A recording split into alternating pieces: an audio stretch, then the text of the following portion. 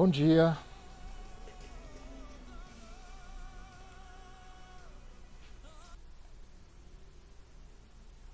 Eu estou ouvindo aqui uma oração cantada chamada Ana Bekoa, uma oração judaica que tem os 72 nomes de Deus do Antigo Testamento. É uma oração da Cabala, uma oração que nos leva a uma profunda meditação e que eu gosto muito. Não sei se você que está aí do outro lado está conseguindo perceber ao fundo essa canção, essa música. Eu não tenho certeza como funciona essa tecnologia, mas é com esse fundo daqui a pouco a gente vai com ele, mas daqui a pouco já encerra. De ontem para hoje, realmente o Brasil se tornou um barril de pólvora emocional, especialmente para quem tenta enxergar as situações atuais de uma forma mais ampla, não tão específica só Brasil. E aí eu não vou entrar na discussão política porque não é, de fato, o objetivo do nosso post. Mas o que eu quero dizer é que justamente vou mandar assim, o Melquias, daqui a pouco eu já mando o link pelo... Eu peguei a música justamente pela Spotify, tá? Então tá, com certeza farei isso. E o nosso objetivo aqui é uma reflexão bíblica em tempos de quarentena. Como várias outras pessoas, tem pastores, pastoras, leigos e leigas, têm procurado transmitir mensagens de esperança. Eu tenho procurado fazer uma reflexão um pouco alternativa em relação de temas, em relação às abordagens. E gostaria então de falar hoje sobre o tema cuidando dos nossos pais, que de certo modo acaba alcançando um pouco os fatos que ocorreram de ontem para hoje. Na semana passada, no domingo, eu falei sobre resignação. E é estranho porque eu terminei a live dizendo que eu ia aprofundar o assunto. Mas, de fato, eu preferi hoje mudar um pouco o nosso foco, porque eu acho que tem um aspecto bonito no que está acontecendo, tirando alguns pontos, mas, no geral, tem um aspecto bonito em tudo o que está acontecendo que eu gostaria de ressaltar hoje na reflexão. É o cuidado com os idosos, que é o principal fundamento para todos os cuidados que estamos tendo. Na verdade, nós estamos cuidando de nós pensando mais nos idosos. E se eu não tenho um idoso, eu estou pensando em alguém que possa ter e eu possa contagiar essa pessoa e criar uma cadeia de contaminação ou de contágio. Ou, e quase não se fala nisso também, pessoas com comorbidades, com doenças respiratórias pré-existentes, ou outros tipos de problemas que a OMS tem declarado serem especialmente vulneráveis nesse instante. Então, esse cuidado que nós estamos tendo é uma coisa bonita. E eu não vou entrar no debate médico sobre o assunto, mais do que eu já falei, porque para isso existem várias fontes de informação. Eu quero fazer o debate ético-bíblico sobre cuidar dos idosos. O meu ponto de partida vai ser um breve trecho de 1 Timóteo 5, 1 e 2, quando Timóteo recebe de Paulo a seguinte orientação: não repreenda um ancião com dureza, mas exorte-o como se fosse seu pai, e exorte as idosas como mães. O que nós podemos perceber por trás dessa orientação pastoral de liderança? É que ela é uma mera indicação de postura que o pastor deveria ter na comunidade. No bojo dessa afirmação está um mandamento daqueles 10 pronunciamentos de Moisés, lá em Êxodo 20, que são ensinados na Torá. Honre a teu pai ou a seu pai e a sua mãe, desse modo você prolongará a vida na terra que Javé, seu Deus, lhe dá. É interessante que em Efésios 6:2, ao falar deste mandamento, ele lembra que esse é o primeiro mandamento da Torá que contém uma promessa. Ou seja, tem uma ordem, honra ao pai e à mãe, porque assim você terá bons dias na terra, você será uma pessoa abençoada na terra.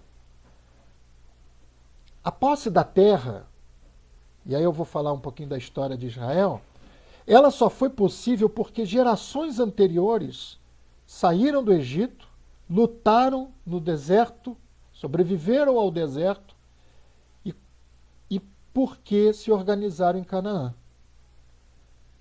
Eu não quero entrar aqui num debate mais histórico sobre como se deu esse processo, mas o fato é que, mesmo levando em conta a história bíblica como ela está contada, tem uma geração que nasceu no Egito escrava, essa geração então deu lugar a uma outra geração que não aguentava mais ser escrava, que é liderada por Moisés para sair do Egito. Uma geração posterior acaba sendo a geração... Aí essa geração vai para o deserto e uma geração posterior acaba entrando na terra. Mesmo levando em conta essa história, o que nós percebemos? Nós temos uma geração que deu lugar a outra, que deu lugar a outra sucessivamente. Só assim podemos ter ainda hoje descendentes daqueles que estão lá atrás. E esses descendentes estão espalhados pelo mundo.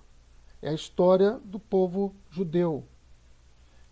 Mas é interessante, se você for ler qualquer bom livro de migração humana na história, independente da Bíblia, todos nós somos resultado de um grande processo migratório, um processo sucessivo de gerações. Nós não nascemos ontem. Nós somos resultado de um processo muito longo de juntamento de povos. E o que difere é que a maioria de nós não tem registros que possamos alcançar lá atrás, há milhares de anos, essas origens. Somente essa é a diferença.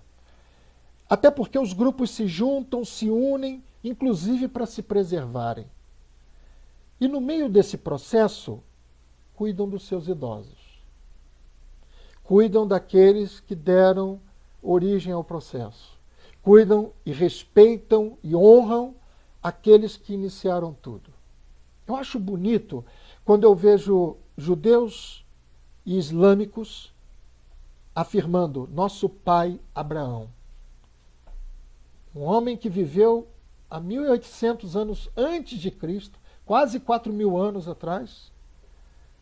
De repente, ainda hoje, bilhões de pessoas o chamam de pai. Essa é a base de uma história muito bonita da tradição hebraica também. Uma outra história que eu quero contar hoje, não de homens, mas de mulheres. A história de Ruth e Noemi. Tem até uma Ruth nos ouvindo aí que eu percebi.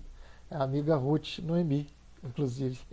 É o nome dela também. É o nome dela junta as duas grandes figuras da história bíblica. Essa é uma história tão fantástica que Ruth, o livro de Ruth faz parte de um grupo de escritos chamados Megilot, que são 5 rolos da Bíblia hebraica, 5 livros, que são lidos em festas específicas. E até algumas teólogas feministas consideram que esses 5 livros formam a Torá feminina, porque fazem parte desse grupo Ruth, Cântico dos Cânticos, que tem a Sulamita, também chamado Cantares pelos protestantes, Eclesiastes, que fala da condição humana como um todo, não do homem ou da mulher, Lamentações, que é um livro escrito por um profeta, mas eu já estudei, é um livro que fala do grito de mulheres de Jerusalém, e Esther.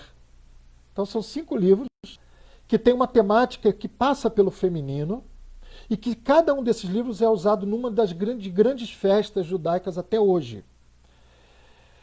E tem um outro sentido pelo qual esses 5 livros são chamados Torá feminina, porque a palavra Torá tem um significado básico de ensinamento e instrução, é o que significa a palavra. Antes de ser o nome desse conjunto de livros escritos por Moisés, segundo a tradição, ela fala, o significado da palavra é ensinamento ou instrução. E tem um provérbio que fala disso, ele diz assim, Provérbios 1:8, meu filho, escute a disciplina de seu pai e não abandones o ensinamento de sua mãe. No texto hebraico, o ensinamento aí é Torá. Então a Torá é da mãe, a disciplina é do pai. Essa é a construção cultural, social e familiar do povo hebreu antigo. O pai disciplina, mas quem ensina é a mãe. O que nos mostra que, apesar de patriarcal, os hebreus antigos, os pré-judeus, eles tinham uma composição familiar, uma estrutura familiar centrada na mulher. Por isso que depois, para ser judeu, passou a ser um critério fundamental ser filho de mãe judia. Por isso que Jesus era judeu, porque a mãe dele era judia. Não porque o pai era judeu, mas porque a mãe era judia. Isso já na época de Jesus já era um critério. Na Bíblia hebraica, então, esses livros estão juntos, formando esse conjunto. Mas é um conjunto mais popular, mais narrativo, mais reflexivo sobre a vida, a sexualidade, as coisas que a gente vive. É um conjunto que tem muito a nos ensinar, vale a pena a gente, quem sabe, futuramente fazer mais lives sobre isso. Mas eu quero falar de Ruth, que é lido na festa de Shavuot ou Pentecostes. Então, aquela festa que nós celebramos 50 dias após a Páscoa, como cristãos, o Pentecostes, que também a cultura judaica celebra, como Shavuot. De acordo com as pesquisas que foram feitas, parece que os antigos judeus, os antigos mestres, escolheram Ruth porque a história fala da colheita, que é justamente o que acontece na época da festa de Pentecostes, de acordo com a tradição. E é interessante que o livro de Ruth é um livro que foi escrito no período persa, ele não é um livro antigo, mas a história é do tempo dos juízes. Ele começa assim, lá no capítulo 1, no dia em que os juízes governavam a terra, ou seja, a história foi escrita bem depois, mas lembrando uma tradição bem antiga sobre essas mulheres. Era um momento em que grupos judaicos estavam retomando a memória de mulheres. E isso tem implicações políticas que não dá tempo da gente falar agora, mas se vocês tiverem curiosidade, ao final, e houver essa pergunta, a gente pode responder. Mas vamos ao que interessa. Essa estratégia narrativa torna a história mais inocente, porque ao invés de falar de uma mulher do tempo persa, puxa uma história, uma memória muito antiga de mulheres que se uniram. E isso vai ter um impacto muito forte na época em que o texto foi escrito, com certeza. Então, o gênero de Ruth, se você for olhar o gênero literário, o gênero de Ruth é de uma novela, tem uma história com começo, meio e fim, certo? Quem começa a ler Ruth, não dá para ler Ruth e ficar só numa parte. Você quer saber o que vai acontecer depois. Toda novela é feita dessa premissa. Você quer saber o que vai acontecer depois. E a narrativa de Ruth é bastante linear e ela conta a seguinte história. Havia uma mulher chamada Ruth, nora de Noemi, ou Naomi, conforme se verbaliza o nome hebraico, e elas se juntam porque estão vivendo uma situação muito complicada. Tudo porque tanto o marido de Naomi quanto o marido de Ruth e o marido de uma outra moça chamada Orfa morrem. E as três ficam viúvas, todas as três. E a situação delas é muito complicada. E aí a Noemi decide voltar para Belém, sua terra natal. E Ruth vai com ela, porque também fica viúva. Chegando lá, Ruth vai para os campos de Boaz, que pode ser o resgatador da família. Então, alguém que acolhe as duas. Ruth vai trabalhar porque ela é jovem. E depois de um tempo, Ruth conversa com Boaz num telhado, passa a noite com ele. Não importa aqui as intimidades dos dois. O texto deixa em aberto. Após esse episódio, o Boaz decide resgatar Noemi em Belém. Quer dizer, independente do que tenha acontecido, o Boaz resgata Ruth e Noemi. Resgata as duas, casando com a Ruth. Então ele resgata Noemi como parenta e resgata a Ruth casando com ela. E eu gostaria de enfatizar que aquilo que leva ao nosso tema aqui. Porque a história dá para pensar diversas temáticas muito maravilhosas, por tantas camadas de mensagens que ela traz. Mas eu gostaria de falar aqui da questão do cuidado da Ruth para com sua sogra Noemi. Primeiro porque ao ficar viúva do filho de Noemi, a Ruth não teria mais nenhuma obrigação com ela. Desculpe. De fato, a Orfa, que também era casada com o filho de Noemi, ficou viúva e não seguiu com ela para a região de Judá, na cidade de Belém. Mas eu já vou explicar melhor isso aí. Por quê? Porque a Ruth decidiu permanecer com Noemi, mesmo a Noemi pedindo para que não ficassem com ela. Mas a Ruth não queria que a Noemi viajasse sozinha para sua terra natal. Então há um diálogo das três no início do livro que é muito tocante, porque tanto Ruth quanto Orfa queriam seguir com Noemi, mas ela insistiu para que as duas tocassem a vida. E falou, não vou atrapalhar vocês, vai casar, vocês não vão ficar solteiras, pelo amor de Deus. Pensem num mundo em que a mulher solteira era mal vista. Como se fosse só naquela época, né? Mas, especialmente lá, ela não só era mal vista, como ela podia ser violentada, ela podia ser até transformada em escrava. Tal era o nível de situação de fragilidade social que as mulheres viviam. Então, casamento era mais do que só uma questão de atender a família, era uma questão de sobrevivência e até manutenção da dignidade da mulher. Nós estamos falando aqui de um período ali de 3.000 anos antes de Cristo, 3.000 anos atrás, tá bom? Por favor. Tem gente que já começa a querer aplicar para os nossos dias, né? Pelo amor de Deus, né? Então, após chorarem, elas choram juntas pela despedida e a Orfa acata a ordem da sogra, mas Ruth permanece. E aqui está um dos diálogos mais bonitos da Bíblia, no trecho de Ruth 1, verso 15 a 17. Deixa eu ler para vocês aqui rapidamente. 15 a 17. 1, 15 a 17 diz assim, ó. Então Noemi lhe disse, veja, sua cunhada voltou para junto do seu povo e para o seu Deus. Volte você também com ela. Mas Ruth respondeu, não insista comigo para eu abandoná-la ou deixar de segui-la, pois aonde você for eu também irei. Onde você passar a noite, eu também passarei. O seu povo será o meu povo, o seu Deus será o meu Deus. Onde você morrer, eu também morrerei, e aí serei sepultada. Que Javé me mande um castigo e acrescente outro, se não for a morte que me separe de você.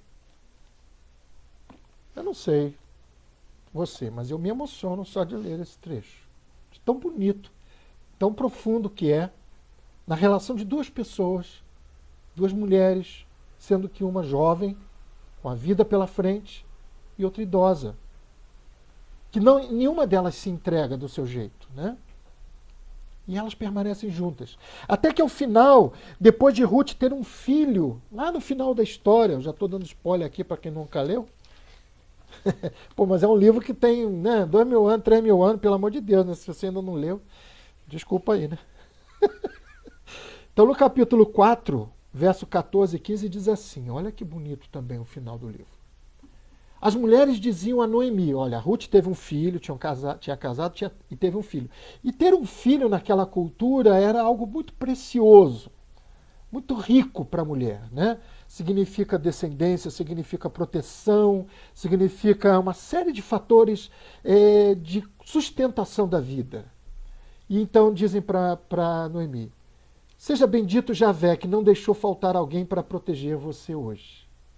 O nome dele se tornará famoso em Israel. Ele há de restituir a vida a você e será o sustento na sua velhice. Pois sua nora, que ama você, o gerou. Ela, a nora, ela vale para você mais do que 7 filhos. 7 é um número muito forte na cultura judaica. São 7 dias da criação. É um número ligado a Deus, à perfeição, às coisas boas. E Noemi é mais importante, e Ruth é mais importante para Noemi do que 7 filhos. Ou seja, do que todos os filhos homens que ela poderia ter. Eu estou aqui num discurso que transcende a questão das gerações, eu sei, e não é à toa, não. Porque eu acho que a gente precisa, sempre que puder, valorizar essa faceta que a própria Bíblia nos traz, do protagonismo da mulher e da presença dela na história. Então, é interessante que a Noemi se tornou mãe de criação da criança, que ganhou o nome de Obed, e de acordo com a narrativa e a tradição, foi o avô de Davi. Então é uma história que no final fecha num ciclo de uma grande dinastia, de um nome muito importante para Israel, ao lado de Moisés. Para o nosso tempo, fica essa lição. A nossa sociedade, 99,9% da sociedade atual, em várias partes do mundo, está cuidando das suas Noemis e dos seus Elimeleques, que é o nome do... Elimeleque era o nome do marido de Noemi. Daquelas e daqueles que geraram as gerações atuais, a partir dos adultos, evidentemente, e a partir deles, os netos e bisnetos. E nós somos hoje os atuantes na sociedade. Somos nós que conquistamos a terra, mas eles nos legaram essa possibilidade. Nada é mais sábio que cuidar dos anciãos e anciãs. Nada é mais humano, nada é mais legítimo que nessa hora. Não tem emprego, não tem nada que seja mais legítimo. Eu sei que perder um emprego nesse momento vai ser muito difícil. Mas eu quero te dizer uma coisa. Nós já temos, antes da crise, um contingente de 14 milhões de desempregados no Brasil. Um contingente de mais de 20 milhões em subemprego. O que de fato vai mudar?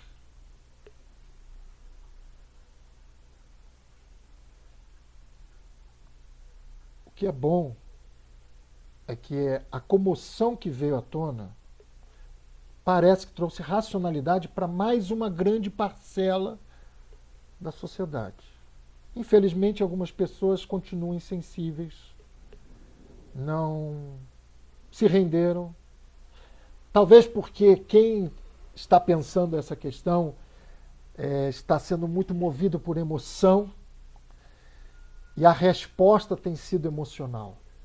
Talvez a gente precise acalmar o coração, pensar antes de escrever, principalmente. Eu tenho trabalhado nos últimos tempos uma tentativa de fazer comunicação não violenta, especialmente na rede social. Aí a minha enteada disse, a Júlia disse, olha, não é um tempo muito fácil para isso, não sei se é o melhor. Eu falei, é esse o momento momento da gente experimentar isso. Então eu estou fazendo um experimento social, pessoal, e em breve eu vou compartilhar com vocês. E a gente pode até conversar um pouco sobre isso, baseado inclusive também em reflexões bíblicas que eu tenho feito. Por hoje eu queria terminar aqui uma live mais curta, uma reflexão mais simples. Simples, mas profunda, claro. Mas eu queria deixar alguns recados para vocês, inclusive sugeridos pela minha enteada. A Júlia, ela estuda psicologia, é uma pessoa que tem procurado pensar emoção socialmente, a psicoafetividade social. Eu sei que a Ruth Noemi, que nos ouve, também é psicóloga, devem ter outras ouvindo. Vamos ver se eu vou lembrar direitinho, né? É o seguinte, é um momento que nós estamos vivendo de muita intensidade emocional. Mesmo quem trabalha em casa como eu, porque eu já trabalho em casa bastante, eu só vou para a rua por semana para trabalhar 2 vezes por noite, o resto eu passo em casa, mas eu vou muito ao mercado e tal, mas eu fico muito em casa. Mas mesmo para mim está sendo diferente, tá? Eu sinto uma emoção diferente. Eu sinto uma tensão diferente. Não está sendo fácil. Então a nossa resposta emocional é de tensão. E é interessante que algumas pessoas em situações de crise extrema, a resposta emocional delas passa pelo físico, e inclusive por alguns sintomas. E um deles, é isso? E um deles é a falta de ar, que é provocado pela ansiedade, em casos extremos. Alguns chamam de síndrome de pânico. Às vezes é um ataque, é um episódio que a pessoa tem, que ela sente falta de ar, porque ela está comovida demais, ela está... Por exemplo, acredito que muita gente possa ter sentido isso ontem à noite. Então preste atenção. Antes de você achar que está com coronavírus porque teve falta de ar, tente acalmar-se, respirar normalmente, voltar à sua atividade normal, saia um pouco das redes sociais, leia um salmo, ouça uma música tranquila, faça uma oração, acalme, entre um pouco em você e acalme a você mesmo. Ou, como diz a vovó, toma uma água com açúcar, faz alguma coisa diferente.